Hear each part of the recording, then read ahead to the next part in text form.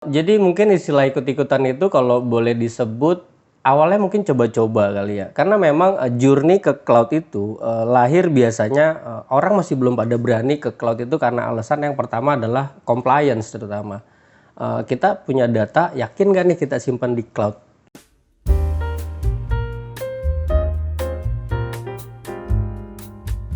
Hai Mas Rian, semoga dimanapun kamu berada tetap sehat dan semangat ya. Kembali lagi bersama saya Ino di Master Talk, Inspiration Talk with the Master. Sudah hadir nih bersama saya ada Mas Dede Wahyu. Halo. Solution Manager Master System Infotama atau yang lebih akrab disapa Mas Dewa ya Mas? Betul, betul. Oke. Gimana kabarnya Mas Dewa hari ini? Alhamdulillah baik, terima kasih. Oke, nah kalau ada Mas Dewa nih, kita mungkin akan tanya-tanya tentang cloud trends nih ya. Oke, nah ngomongin cloud ini kan sebenarnya sangat menarik ya Mas, karena kalau dari data Gartner, jadi data itu menyebutkan bahwa diperkirakan tahun 2022 lebih dari 90% perusahaan akan mengadaptasi solusi hybrid cloud. Pandangan Mas Dewa tentang data itu gimana sih? Ya, itu menurut aku benar sekali, tepat sekali karena memang pada saat ini aja di 2021 ya, artinya kita masih punya 1 tahun lagi ke depan itu hampir semua sektor industri itu sekarang udah melakukan adopsi cloud gitu ya. Jadi menurut pandanganku sih itu oke banget karena memang itu jadi trending juga dan memang diharapkan dengan digital transformasi yang juga lagi kita hadapin, mostly harusnya semua akan ikut ke cloud. Oke, tapi apakah pilihan untuk misalnya pindah ke cloud ini adalah investasi yang menarik nih? Tentu ya, jadi kenapa lebih menarik karena salah satu keunggulan di cloud itu, kita bicara public cloud terutama untuk, karena eranya sekarang ini sebenarnya kita udah lebih mengenal namanya multi cloud, artinya kita nggak cuma dari private cloud, kemudian ke public cloud, kemudian juga ada istilah hybrid cloud, namun sekarang ini kita sudah mengenal istilahnya multi cloud, hybrid multi cloud. Investasinya akan lebih menarik karena kita bisa padukan dari beberapa teknologi cloud itu menjadi satu infrastruktur yang harusnya akan lebih bisa membantu satu perusahaan bisa berkembang, terutama untuk bisnis. Ya, oke. Nah, kalau kita bicara tentang cloud trends tadi, misalnya nih, mungkin banyak perusahaan yang akhirnya ikut-ikutan untuk mencoba layanan cloud. Tapi sebenarnya nggak tahu seberapa besar pemanfaatannya atau sebenarnya seberapa besar sih dampaknya untuk sebuah perusahaan itu. Menurut Mas Dewa gimana? Oke, jadi mungkin istilah ikut-ikutan itu kalau boleh disebut awalnya mungkin coba-coba kali ya. Karena memang journey ke cloud itu lahir biasanya orang masih belum pada berani ke cloud itu karena alasan yang pertama adalah compliance terutama. Kita punya data, yakin nggak nih kita simpan di cloud gitu kan. Kemudian secara infrastruktur dulu itu cloud masih terutama yang provider cloud itu belum banyak yang data centernya berdekatan dengan lokasi kita di Indonesia.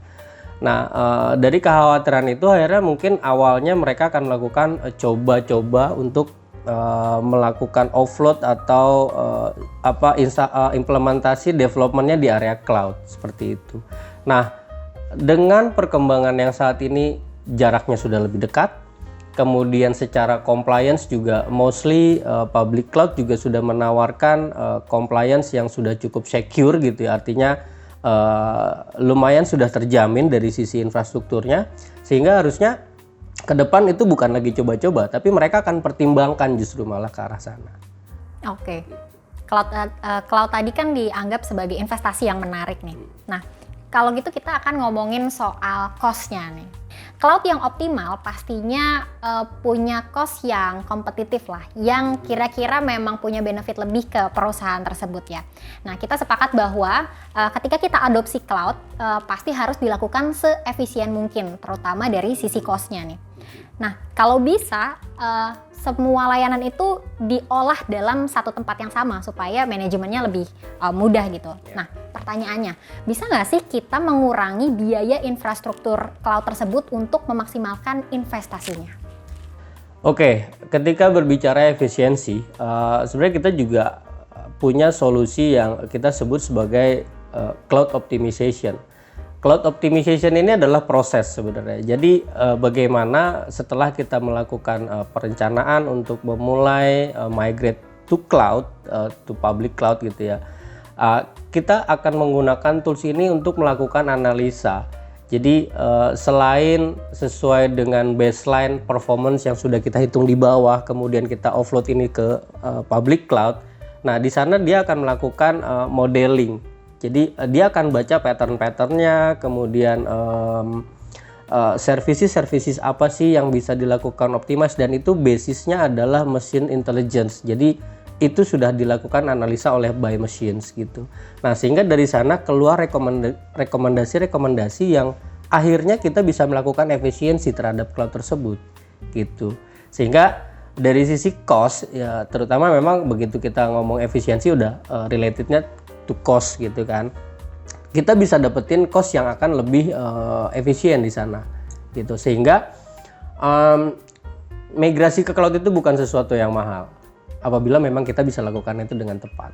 Oke, nah tadi ngomongin soal analisis, apakah kita memang bisa mendapatkan analisis itu langsung gitu, secara langsung?